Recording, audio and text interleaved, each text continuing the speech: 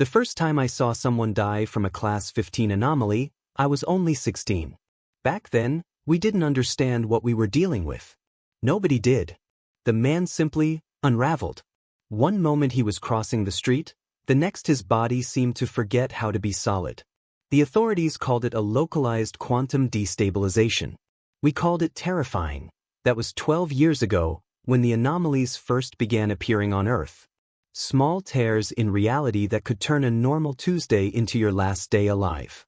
Scientists scrambled for explanations while governments established containment protocols. Class 1 through 5 anomalies were manageable, strange weather patterns, temporary gravity fluctuations, nothing that couldn't be cordoned off and studied. Classes 6 through 10 required evacuation procedures and specialized equipment. But anything above Class 10 meant potential casualties, and Class 15, well, those were the ones that haunted our nightmares. My name is Alex Chin, and I'm part of the Anomaly Response Division, or ARD as everyone calls it. We're the people who run toward the weird stuff when everyone else is running away. Not out of bravery, really, but because someone has to document these phenomena if we ever hope to understand them. Chin, we've got another one. Downtown district, near the old library, said Commander Rivera through my earpiece. Her voice carried that familiar tension, controlled but urgent, that I grabbed my field kit and headed for the transport. My partner, Jordan, was already there, adjusting the settings on his detection equipment. The dark circles under his eyes told me he hadn't slept much. None of us did anymore. What are we looking at? I asked, strapping myself in as the transport lifted off. Jordan's fingers danced across the holographic display. Initial readings suggest Class 13, possibly 14. Temporal distortion with some spatial warping. I swallowed hard. Class 14 meant a 60% casualty rate for anyone caught within the primary effect radius. Any civilians? Evacuation is underway, but the anomaly appeared during rush hour. RD estimates 30 people still unaccounted for. The transport hummed beneath us as we approached the site. Through the viewport, I could see the familiar shimmer in the air, like heat waves rising from hot pavement, except these waves bent light in impossible ways. Buildings around the anomaly appeared stretched and compressed simultaneously. Reality itself seemed to be having a seizure. Remember the Mars transmission? Jordan asked suddenly, his voice quiet. That I nodded. Everyone remembered. 3 years ago, the first manned mission to Mars had established a permanent research base. For 18 months, everything went according to plan. Regular communications, groundbreaking research, humanity's triumphant first steps toward becoming a multiplanetary species. Then came the transmission that changed everything. The video had been grainy, distorted, not by equipment failure but by something happening to the space around the camera itself. Dr. Lydia Wong, the mission commander, had looked directly into the lens, her expression a mixture of awe and terror. "We found something," she'd said, her voice breaking. "Under the northern ice cap. It's not natural. There are markings, structures that shouldn't be possible. And the readings we're getting." The transmission had cut out for several seconds before returning. "The anomalies on Earth, they're connected to this. We've discovered their source, but we don't understand how to." Static had overtaken the transmission then, punctuated by screaming. The final frame showed something moving in the background, something that shouldn't have been possible on Mars. No further transmissions were ever received from the Mars base. The follow-up mission found the facility intact but completely empty. Not a single body was recovered. Just empty corridors and laboratories, and a massive tunnel dug beneath the base that descended far deeper than their equipment could scan. "You think this is connected?" I asked Jordan, pulling myself back to the present as our transport began its descent. "Everything's connected," he replied, checking his sidearm. Standard protocol, though weapons had proven useless against the anomalies. The frequency patterns are getting stronger, more coherent. Almost like they're building toward something. The transport landed with a gentle thud. Through the windows, I could see emergency personnel creating a perimeter. Beyond them, the air itself seemed to be tearing apart. "Whatever they found on Mars," Jordan said softly as we prepared to exit, "I think it's finding its way here now." I activated my recording equipment and took a deep breath. Another day facing the impossible. Another chance to understand what was happening to our world. Another step closer to the truth that waited for us, somewhere between Earth and Mars. The truth that was coming for us all. The air felt wrong against my skin as we stepped out of the transport. That's the first thing you learn to recognize in this job. The way reality feels different near an anomaly. Like static electricity but deeper, a vibration that reaches into your bones and whispers that you don't belong here. Perimeter secure, but the anomaly's growing, said a technician who met us at the edge of the containment field. Her name tag read, Patel. Expanding at approximately 3 meters per hour. Jordan unfolded his scanner and calibrated it. Any pattern to the expansion? Pulses, she replied. Every 17 minutes it surges, then stabilizes. That was new. Anomalies usually grew steadily or appeared all at once. A pulsing growth pattern suggested something deliberate. I adjusted my protective suit and activated the recording devices built into my helmet. Let's get closer. I want to document the pulse when it happens. We approached the shimmering barrier that marked the edge of normal space. Beyond it, reality twisted in ways that hurt to look at directly. Buildings warped, stretching upward before snapping back like rubber bands. Light bent at impossible angles. And in the center, a dark spot that seemed to absorb everything around it. 6 minutes until next pulse, Jordan said, checking his instruments. I remembered my training at the academy. How naive we'd all been back then, thinking these anomalies were just random natural phenomena, cosmic hiccups in the fabric of reality. The earliest ones had appeared in remote locations. A Class 3 in the Sahara, a Class 5 in Siberia. By the time they started manifesting in populated areas, the world had already begun adapting. New government agencies, new emergency protocols, new fields of science trying to explain the unexplainable. Then came the Mars discovery. You ever wonder what they actually found up there? I asked Jordan as we set up our equipment. I mean, beyond the official reports. He glanced around to make sure no one else was in earshot. My cousin works in data recovery at Mission Control. She says they received more transmissions than what was released to the public. This wasn't news to me. Rumors had circulated for years about suppressed communications from the Mars base. What did they say? She doesn't know specifics. Just that whatever they found wasn't just structures or artifacts. It was, he hesitated, active. A chill ran through me that had nothing to do with the anomaly. Active. Not ruins or remnants, but something still functioning after who knows how long. 2 minutes, Jordan said, his attention back on his instruments. I focused my recording equipment on the anomaly's center. The dark spot seemed to be pulsing, almost like a heartbeat, slow and steady. My mind flashed back to the academy and Professor Wilkins' lectures on theoretical physics. How he'd speculated that these anomalies might not be random tears in reality, but windows, or worse, doors. You know what scares me most? I said, adjusting my camera. It's not that we might never understand these anomalies. It's that we might understand them too late. The ground trembled beneath us. Not an earthquake. Earthquakes feel natural, like the planet shifting its weight. This felt calculated, a deliberate vibration with a precise frequency.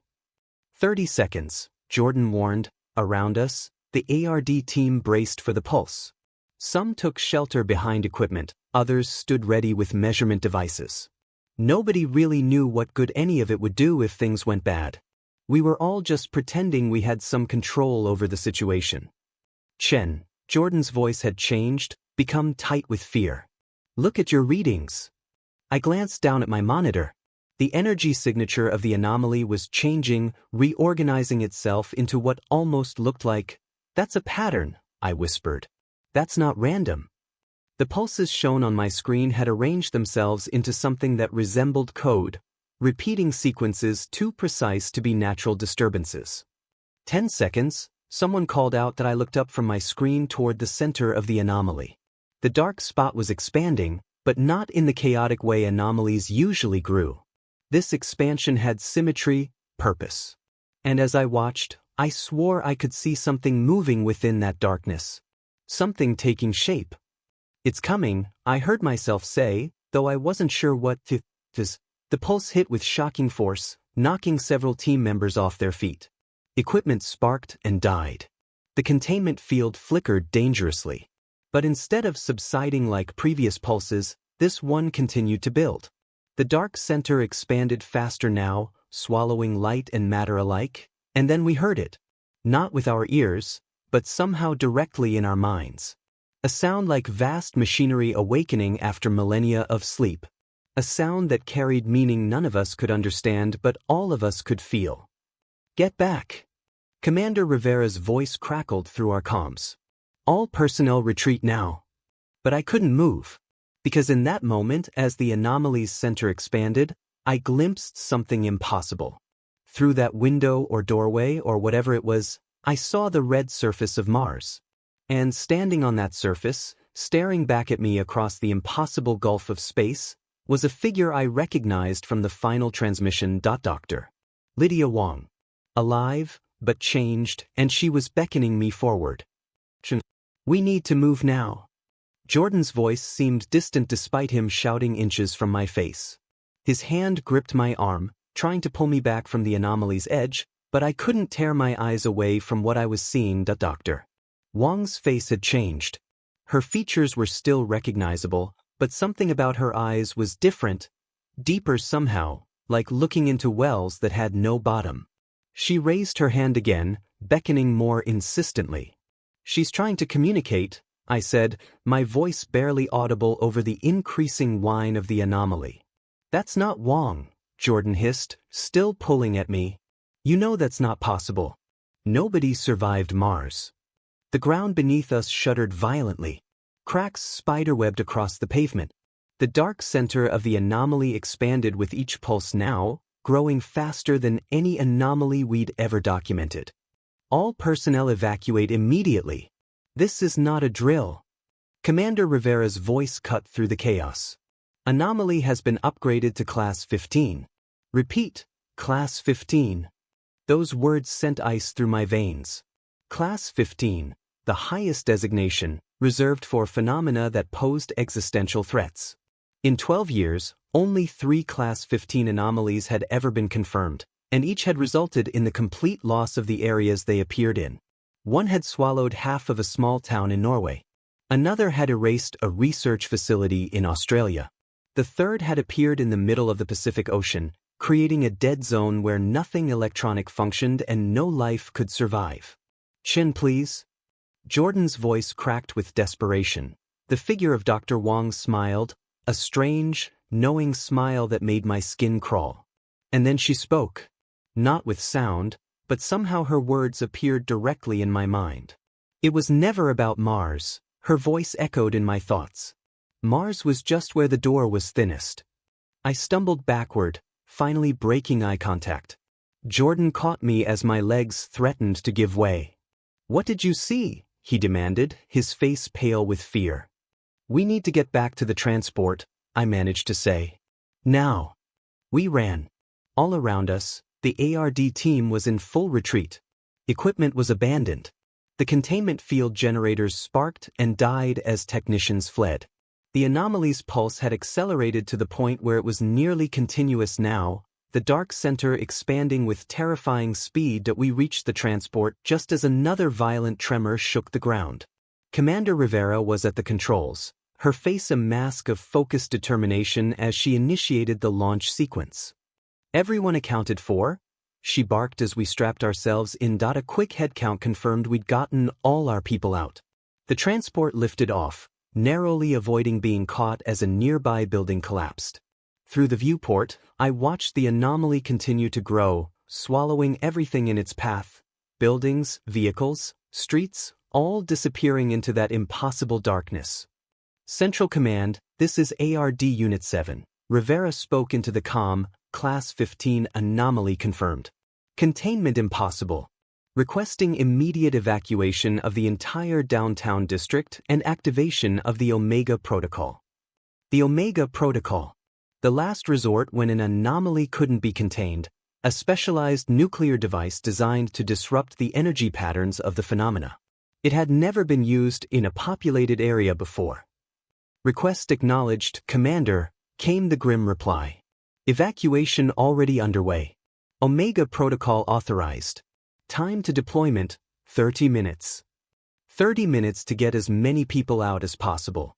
I knew the math. Even with every available transport, thousands would be left behind. As our vehicle sped away from the disaster zone, I pulled out my personal tablet and replayed the recording I'd managed to capture. There was Dr. Wong, or whatever was using her appearance, standing on what looked like the Martian surface. Rose the frame and zoomed in on the background.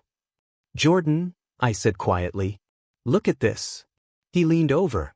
Behind the figure of Dr. Wong, barely visible in the Martian dust, stood what appeared to be a massive structure, something that resembled a doorway or arch, covered in symbols that hurt to look at directly. And through that arch, shadowy forms were moving. Hundreds of them.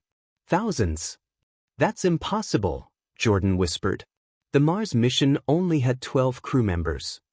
"It's not the crew," I said, a horrible realization dawning. "Remember what Wong said in the final transmission? We found something under the northern ice cap." Jordan's eyes widened. "You think they woke something up? Something that was buried there?" Commander Rivera joined us, her gaze hardening as she looked at my tablet. "Central Command needs to see this immediately." But before she could take the tablet, it began to glitch. The screen flickered, distorted, and then displayed a single line of text that hadn't been there before. "We have always been here. Now we come home." The tablet went dark, dead in my hands. At the same moment, every electronic device on the transport fluctuated, lights dimming, engines sputtering briefly before stabilizing. "It's spreading," Rivera said, her voice hollow with dread. "The effect is spreading faster than any anomaly we've ever encountered." I moved to the viewport again, looking back at the city. The dark center of the anomaly had expanded to encompass nearly the entire downtown area now. But something else was happening. Smaller anomalies were appearing elsewhere, popping up like dark stars across the urban landscape, miles from the original site. "They're not random," I said, the terrible truth becoming clear. "They never were. These aren't natural phenomena at all. They're being created. Deliberately." "By what?" Jordan asked, though I think we all knew the answer now. "By whatever was waiting on Mars," I replied. "Waiting for us to find them. To open the door." Commander Rivera's comm unit crackled to life. "All ARD units, this is Central Command. Multiple Class 15 anomalies now detected worldwide. Repeat, worldwide. Omega Protocol has been authorized globally." The transport fell silent as the implications sank in. Omega Protocol worldwide meant only one thing. Whatever was happening had spread beyond our city. Beyond our country. The entire planet was under attack. "How many?" Rivera asked, her voice barely steady. "Current count is at 37 major anomalies on 6 continents," came the reply. "All exhibiting the same pattern growth and all showing the same visual phenomena." I knew without asking what that meant. 37 windows to Mars. 37 doorways opening. The transport shuddered suddenly, violently. Warning lights flashed across the control panel. "We're losing altitude," the pilot shouted. "Something's interfering with the engines." Through the viewport, I saw a new anomaly forming directly in our path, a shimmering distortion in the air that hadn't been there seconds before. As we plunged toward it, I caught a glimpse of the Martian landscape again.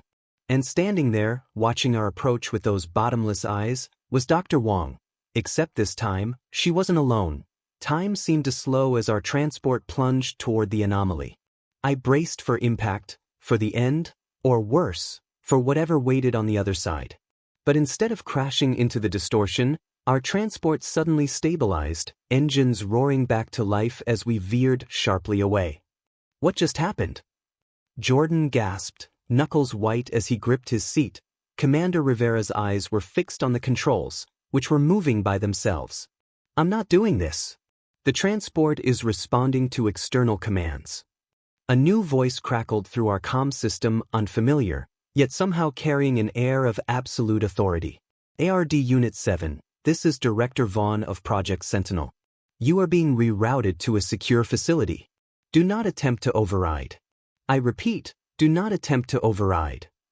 Project Sentinel? I exchanged bewildered glances with Jordan.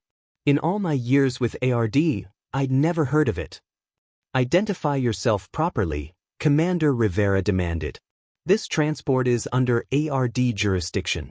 You have no authority to, Commander, the voice cut in. Your security clearance is B7. Mine is Umbroan. Check your emergency protocols. Rivera fell silent, her face draining of color. Whatever Umbra 1 clearance meant, it was enough to make our battle-hardened commander look shaken. Understood, Director, she finally said. Where are you taking us? Somewhere safe, came the reply. Somewhere we've been preparing for this day for the past 9 years. 9 years. The timing wasn't lost on me. That would place the beginning of this Project Sentinel around the time of the first anomalies, 3 years before the Mars mission. Our transport changed course, heading away from the evacuating city and toward the mountains to the north. Below us, I could see military convoys on the roads, moving with urgent purpose. The sky was filled with other transports, all heading in different directions. Some civilian, some military, an exodus with no clear destination. Look, Jordan pointed to his tablet, which had somehow remained functional. News feeds were showing similar scenes playing out globally. Paris, Tokyo, Sao Paulo. Everywhere, the same dark anomalies spreading, the same desperate evacuations. But something else caught my eye. Certain military units weren't retreating. They were advancing, moving toward the anomalies with purpose, equipped with technology I'd never seen before. Vehicles with strange, angular designs. Soldiers wearing suits that resembled our ARD protective gear but far more advanced. They knew, I whispered. Someone knew this was coming. The transport began to descend, heading toward what appeared to be an ordinary mountainside. As we approached, however, a massive section of the rock face shimmered and vanished, a holographic disguise concealing a huge hangar built into the mountain itself. Inside, dozens of similar transports were landing, disgorging personnel who moved with practiced efficiency. Welcome to Bastion, Director Vaughn's voice announced as we touched down. One of 16 Sentinel facilities worldwide. The transport doors opened to reveal a tall, severe-looking woman with close-cropped gray hair, flanked by armed guards. Her uniform bore no insignia I recognized. Director Vaughn, Commander Rivera said, stepping forward. Would you care to explain why my team has never been informed of your operation? ARD is supposed to be the primary response unit for anomalies. ARD was always the public face, Vaughn replied bluntly. The visible response. We are the shadow response, Commander. And now that the emergence has begun, secrecy is no longer necessary. The emergence? I asked, unable to contain myself. You have a name for what's happening? Vaughn's sharp eyes fixed on me. And you must be Specialist Chin. Your recordings from today's event are already being analyzed by our team. She gestured for us to follow her. Walk with me. Time is short. We followed her through the facility, a vast complex that must have taken years to build. Hundreds of personnel worked at monitoring stations. Wall-size screens displayed maps of Earth with glowing red dots marking anomaly locations. One screen showed what appeared to be live footage from Mars. How do you have a feed from Mars? Jordan asked incredulously. All contact was lost after the incident. Not all contact, Vaughn corrected. Just all public contact. We entered a circular chamber at the heart of the facility. In its center stood a device unlike anything I'd ever seen, a swirling mass of energy contained within a ring of technology that was clearly beyond current human capabilities. What you're looking at, Vaughn said, is the reason we knew this day would come.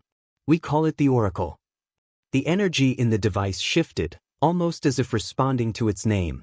Within its swirling depths, I could make out images, flashes of places, events, some familiar, some utterly alien.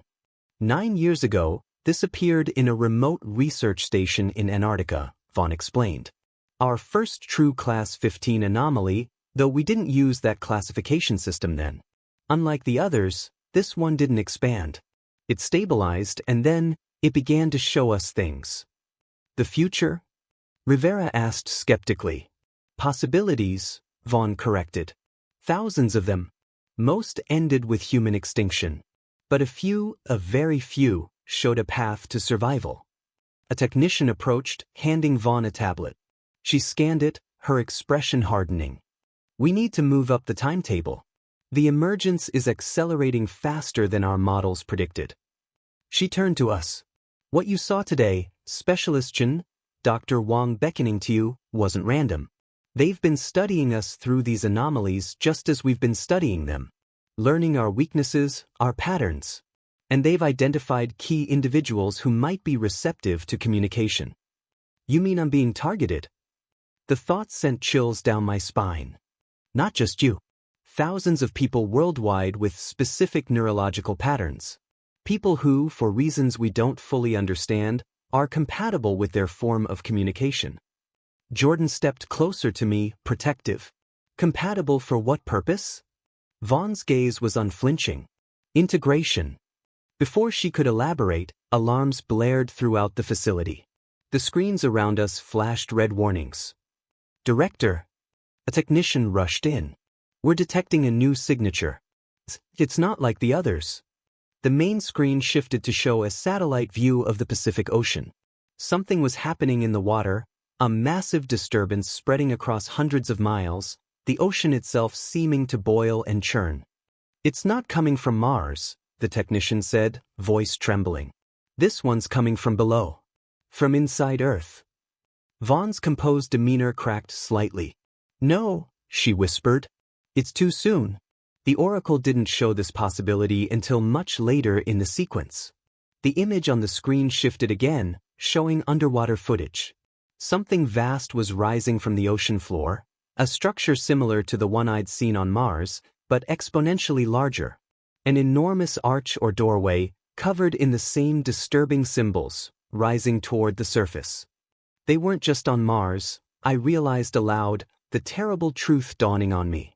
Mars was just the first place we found them. Not the first, Vaughn corrected quietly. Just the most recent. The Oracle's energy suddenly flared, its swirling patterns accelerating wildly. Within its depths, I caught a glimpse of something that made my blood run cold. Earth, seen from space, covered in thousands of the dark anomalies, the planet itself appearing to fracture along massive fault lines. How long have they been here? Commander Rivera demanded. How long have they been waiting? Vaughn's eyes never left the Oracle as she answered. According to our research, the first of them arrived approximately 200,000 years ago. She paused, then delivered the final, devastating revelation. Around the same time Homo sapiens began to emerge as a species. The implication struck me like a physical blow. Are you saying human evolution was guided? Vaughn finished. Or perhaps cultivated would be more accurate. A technician called out urgently from a monitoring station. Director, the Oracle is showing convergence across all remaining survival scenarios. For the first time, Vaughn looked genuinely afraid. Show me. The main screen changed again, displaying what appeared to be a complex mathematical model, branches of possibility collapsing into a single outcome. And at the center of it all was an image that made no sense to me, a double helix DNA strand, but with sections highlighted that seemed to be activating, changing. What does it mean? Jordan asked. Vaughn turned to face us fully, her expression grim but resolute. It means, Specialist Chen, that you were wrong before. This isn't an invasion. She gestured toward the screens showing anomalies spreading worldwide. It's a harvest. A harvest. Jordan's voice cracked. What exactly are they harvesting? Director Vaughn turned to a nearby console and pulled up what looked like a collection of ancient artifacts, stone tablets, cave paintings, fragments of papyrus, all bearing similar symbols to those we'd seen on the Martian structure. We've found these across every continent, dating back thousands of years, she explained. Different cultures, different eras, but always the same basic message. A warning about the day when those who seeded the garden returned to collect. A technician interrupted with urgent news. Director, the anomalies are changing behavior. They're no longer expanding randomly, they're targeting population centers specifically. On the main screen, I watched in horror as anomalies across the globe began to move, drifting towards cities like predators stalking prey. In some areas, they merged, forming larger distortions that engulfed entire neighborhoods. How do we stop this? Commander Rivera demanded. There must be a reason you brought us here specifically. Vaughn nodded. The Oracle has consistently shown one path with a possibility of success. She turned to me. And it involves you, Specialist Chin. My stomach dropped. Me? Why? Your neurological pattern is unique, even among those compatible with their communication. The Oracle shows you as a nexus point in multiple survival scenarios. Before I could process this, the facility shuddered violently. Warning lights flashed as a voice announced over the intercom, perimeter breach detected. Unknown entities entering through sectors 7 and 12. They found us, Vaughn said grimly. Sooner than expected. She turned to a team of waiting technicians. Initiate protocol firewall. And prepare the Nexus chamber. As chaos erupted around us, Vaughn led our small group deeper into the facility through security checkpoints that required her biometric signature to pass. We entered a reinforced bunker where scientists in specialized suits worked entirely around what appeared to be a smaller version of the anomalies we'd been studying, a controlled tear in reality contained within a ring of technology. The entities you saw, the ones using Dr. Wong's appearance, aren't our enemy's true form, Vaughn explained as we moved. They're interfaces, created specifically to interact with human consciousness. The actual entities exist in a state that our minds can't process without adjustment. Adjustment? I didn't like the sound of that. For 9 years, we've worked to understand their language, their methods of perception. This chamber is our attempt to create a bridge, a way to communicate on their level. The facility shook again, more violently this time. Through distant corridors, I heard shouting and what sounded like weapons fire. We're out of time, Vaughn said, her composure finally breaking. The plan was to test this properly, to prepare you, but she was cut off as the lights flickered and emergency power kicked in. Director, a voice called over the comm. They've breached the inner security ring. Estimate 3 minutes until they reach the Nexus chamber. Vaughn turned to me, her eyes intense. Humanity has one chance, Chin. One opportunity to negotiate rather than be harvested. The Oracle shows that you, specifically you, might be able to establish true communication. What aren't you telling me?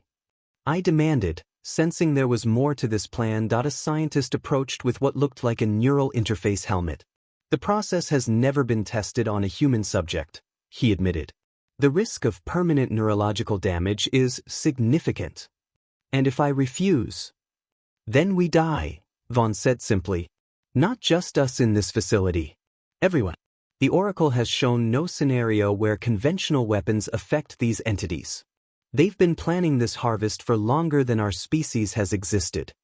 Another explosion rocked the facility, closer this time. The lights flickered again. 1 minute, came the warning over the comm. I looked at Jordan, who had stood by me through countless anomalies, and at Commander Rivera, whose stern face now showed a vulnerability I'd never seen before. I'll do it, I said, surprising myself with how steady my voice sounded. The scientists moved quickly, guiding me to a chair positioned before the contained anomaly. As they placed the neural interface on my head, Vaughn explained rapidly. We believe these entities exist partially outside our dimension. They perceive time differently, possibly all at once, rather than linearly. The interface will attempt to adjust your consciousness to perceive reality more like they do. And then what? I asked as electrodes were attached to my temples. And then you talk to them, she said. You find out what they want, what might convince them to leave us alone. What if there's nothing they want? What if this harvest is inevitable? Vaughn's face was grim. Then you'll know humanity's end before the rest of us do. The door to the chamber burst open. Security personnel fired at something I couldn't quite see, a distortion in the air, like heat waves but moving with purpose. Several guards were thrown aside by an invisible force. Now! Vaughn shouted. A scientist activated the interface. Pain exploded behind my eyes, white-hot and all-consuming. I felt my consciousness stretching, expanding in ways it wasn't meant to. The world around me fragmented into layers of reality I'd never perceived before. I saw the facility as it existed now, but also as it had been during construction, and simultaneously as ruins in some distant future. I saw the people around me as complex webs of probability and possibility, each decision branching into infinite outcomes, and then I saw them. The entities. Not as they appeared through the anomalies, not wearing human faces like masks, but in their true form, vast, geometric intelligences that existed across multiple dimensions simultaneously. Ancient beyond comprehension. One separated from the others, approaching my expanded consciousness. It didn't speak as humans understand speech, but rather communicated in concepts that unfolded in my mind like blooming flowers. *recognition/satisfaction/completion*. It recognized me, or rather, recognized something in me. Something it had been waiting for. With my perception altered by the interface, I understood suddenly what Vaughn had meant about the harvest. These entities hadn't seeded humanity to conquer us. They had created us as vessels, living incubators for aspects of themselves that could only develop within the constraints of physical forms and linear time. The anomalies weren't weapons. They were collection points, places where what had been growing inside humanity could be extracted and reintegrated with their greater consciousness. *query/purpose/meaning*. I felt its question rather than heard it. It wanted to know if I understood why I was different, why the Oracle had identified me as a nexus point, and with my expanded perception, I finally did understand. My unique neurological pattern wasn't random. I carried within me the final piece they needed, a specific configuration of consciousness that had been developing throughout human history, passed through countless generations, refined and perfected until it existed in me. But in that moment of terrible clarity, I also glimpsed something the entities hadn't intended me to see, a flaw in their plan, a vulnerability in their multidimensional existence. Their connection to our dimension, the very thing that allowed them to create the anomalies, also made them susceptible to a specific frequency of energy. Energy that the Oracle in Bastion had been quietly generating since its discovery. *alarm/realization/retreat*. The entity attempted to withdraw from my consciousness, but I held on, using the neural interface to maintain our connection. With my expanded perception, I reached out to the Oracle, understanding now that it wasn't just a tool for seeing possibilities, it was a weapon, designed by some unknown ally from a time that hadn't happened yet. "Now!" I shouted, my voice sounding distant to my own ears. "Activate the Oracle's core function." Somehow, Vaughn understood. Through the chaos of my fragmenting perception, I saw her rush to the Oracle's controls, inputting a sequence that she couldn't possibly have known, except that I had somehow transferred the knowledge directly to her mind. The Oracle's swirling energy stabilized, then began to pulse with a specific rhythm that matched the pattern I'd glimpsed in the entity's vulnerability. The pulse spread outward, transmitted through the very anomalies the entities had created. The effect was immediate and devastating. Across the world, the anomalies began to collapse, folding in on themselves like dying stars. The entities, caught in their own network, unable to disconnect quickly enough, were pulled back through their dimensional gateways.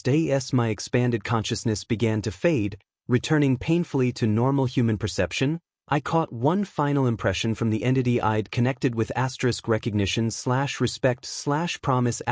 This wasn't over. They would return, perhaps differently, perhaps in thousands of years. But they would return. The neural interface powered down as I slumped in the chair, physically and mentally exhausted. Jordan rushed to my side, supporting me as I struggled to stay conscious. "Did it work?" Vaughn demanded, her face swimming in and out of focus before me. "Yes," I managed to say. "They're retreating. The anomalies should be collapsing worldwide." Reports began flooding in confirming exactly that. Across the globe, the dark tiers in reality were shrinking, disappearing, leaving behind damaged but reclaimable cities. You did it, Shin, Commander Rivera said, her voice filled with something that might have been pride. You saved humanity. But I knew better. We hadn't won. We'd merely delayed. The Oracle, I said, fighting to stay conscious. We need to preserve it. Study it. It's not from them. It's from us. From a future we need to create. Vaughn looked at me strangely. What do you mean? Time isn't linear for them, I explained, each word an effort. And while I was connected, it wasn't linear for me either. I saw possibilities. The Oracle wasn't a coincidence. It was sent back to us. By us.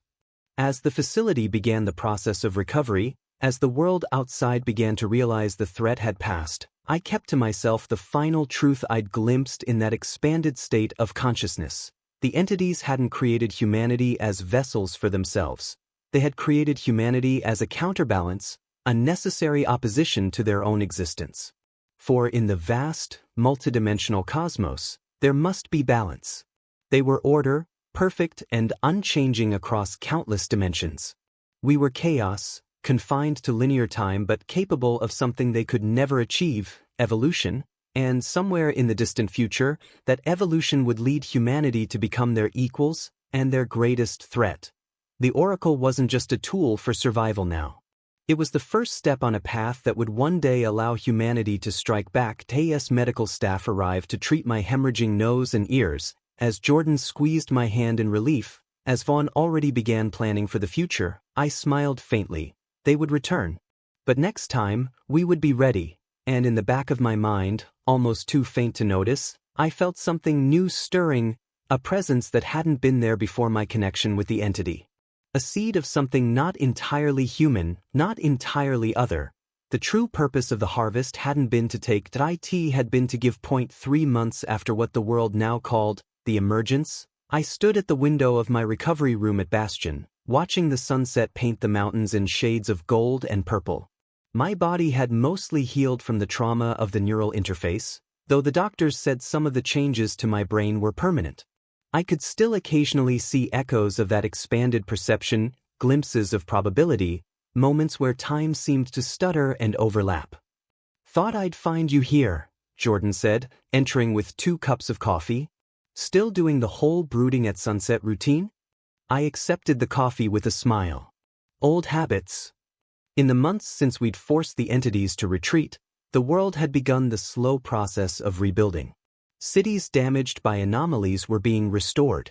The existence of Project Sentinel had been made public, though many details remained classified.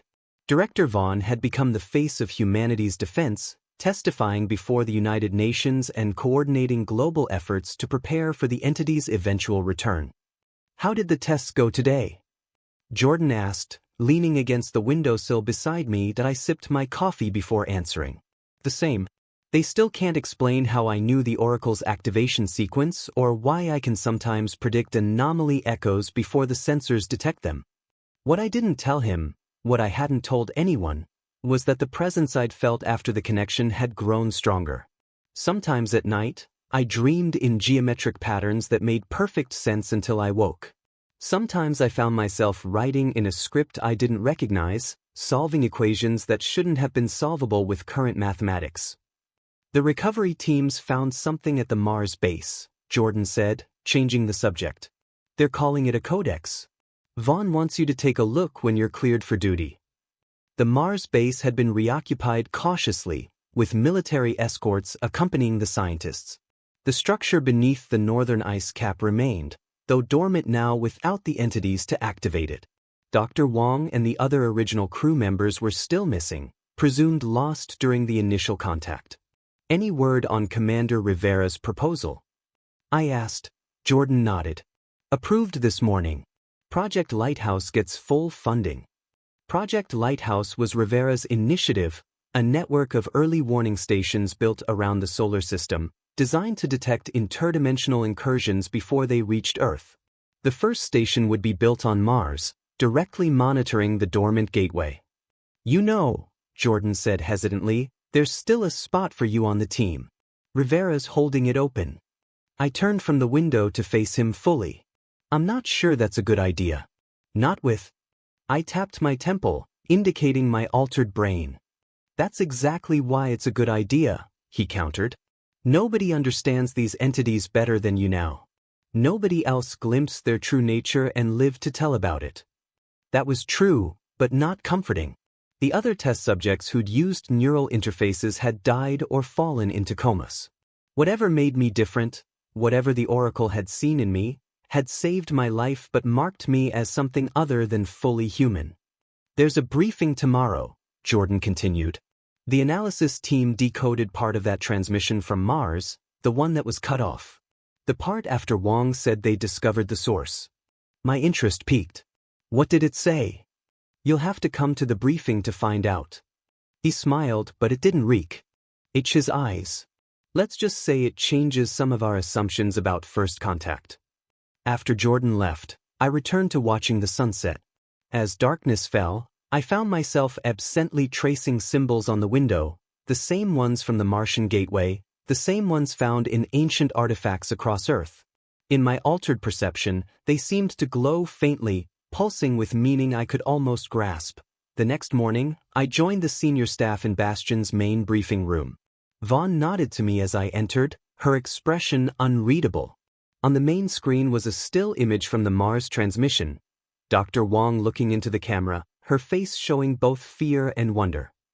We've managed to recover the final 10 seconds of audio from the transmission, the technician explained. It was heavily degraded, but our AI enhancement tools were able to extract most of it. He pressed a button, and Wong's voice filled the room, continuing from where the public transmission had cut off. Understand how to stop it. The entities, they're not invaders. According to the data we've uncovered, they're returning. Earth was their world billions of years before it was ours. We're living in their abandoned home, and they, Static interrupted briefly before her voice returned, these final words chillingly clear, they engineered us to keep it ready for them. We're not the owners. We're the caretakers. The room fell silent as the implications sank in. Earth hadn't been randomly chosen. It had been prepared, cultivated over billions of years. And humanity was the final stage of that preparation. There's more, Vaughn said, breaking the silence. Show them the artifact. The screen changed to show what appeared to be a small, crystalline structure recovered from the Mars base. Its surface was etched with familiar symbols. We believe this is a data storage device, the technician explained. It contains millions of years of records, most of which we can't decode yet. But we did manage to extract one significant piece of information. The screen changed again, showing a star map. Several points were highlighted, connected in a pattern. These are other outposts, Vaughn explained. Other worlds they've prepared, just like Earth. Based on the decay rate of certain isotopes in the crystal, we believe they've been doing this for at least 2 billion years, across hundreds of star systems. A garden spanning the galaxy, I murmured, remembering the ancient warning about those who seeded the garden returning to collect. Exactly, Vaughn said. And thanks to you, we've been given time to prepare. Time to study the Oracle, to understand what we truly are and what we might become. As the briefing continued, I found my thoughts drifting to that final impression I'd received from the entity, recognition/respect/promise. They would return, yes. But something had changed in our encounter. Something unexpected. They had recognized something in humanity that they hadn't anticipated. Perhaps our resistance. Perhaps our potential. Perhaps both, and in that recognition lay our hope. Not just for survival, but for transformation. As humanity looked to the stars with new understanding and new purpose, I touched the window beside me, feeling the faint vibration of reality, thinner now than it had been before the emergence, more permeable. Whatever waited for us in the future, whatever I was becoming, one thing was certain. The universe was far stranger, far older, and far more interconnected than we had ever imagined. And our place within it was just beginning to be understood. The entities would return, and we would be waiting.